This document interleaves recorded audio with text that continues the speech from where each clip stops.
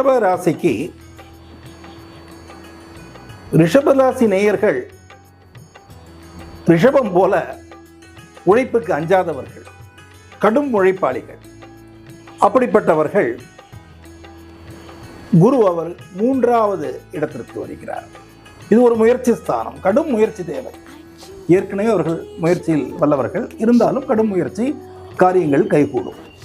வருமானத்தில் சற்று குறைவு தென்படலாம். 3ஆம் இடத்தில் கடும் முயற்சி மற்றும் இல்லாமல் சகோதரிகளுக்குள் ஒரு பார்ட்டிஷன் ஏற்படுத்திக் கொள்வது, அதனால் லாபம் அடைவது. ஏன்னா பித்ருக்குள் 9வது ஸ்தானமும் அங்கே சம்பந்தப்படுறது, 3ம் சம்பந்தப்படுறது.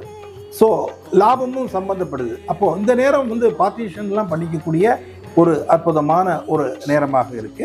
ஒற்றுமையாக குடும்பத்திற்குள் உட்கார்ந்து அவரவர்களை சொத்தை அழகாக பிரித்து கொண்டால் அந்த அவர்களுடைய பிரிவினையும் நன்றாக இருக்கும். அது மட்டுமல்லாமல் ரிஷபத்திற்கு 7வது வீட்டு 5ஆம் பார்வையாக பார்க்கிறார். லவ் கைகூடும். காதல்கள் இருந்தால் அது கைகூடக்கூடிய நல்ல நேரம். ப்ரப்போஸ் பண்ணி கல்யாணத்துக்கு கூட கொண்டு போயிடலாம். கல்யாணம் ஆகாதவர்களுக்கு நிச்சயமாக இது ஒரு நல்ல ஒரு காலம். உச்ச குரு 7வது வீட்டை பார்க்கறது இதை விட நல்ல அதிர்ஷ்டமான டைம் கிடைக்காது. மறுமணம் தேண்டுபவர்கள் அவர்களுக்கும் இந்த காலம் நல்லபடியாகத்தான் இருக்கிறது. 9ஆம் பார்வை 9வது வீட்டை பார்ப்பதனால் நிச்சயமாக தகப்பன் வழி, தகப்பனுடைய அனுகிரகங்கள் கைகூடும். கோயில் குளங்களுக்கு சென்று புண்ணியத்தை சேர்த்து கொள்ளலாம். பாக்கியத்தை பார்ப்பதனால் பல அதிர்ஷ்டங்கள் வருவதற்கு உண்டான காலகட்டம். அதுவும் உச்ச குரு பார்ப்பதால் நிச்சயமாக அவர்களுக்கு ஒரு அதிர்ஷ்டமான நேரம் என்று தான் நாம் அதை சொல்ல வேண்டும். 9ஐ பார்ப்பதோடு மட்டுமல்லாமல் 11ஐயும் பார்க்கிறார். அப்போது லாபம் இரட்டிப்பு.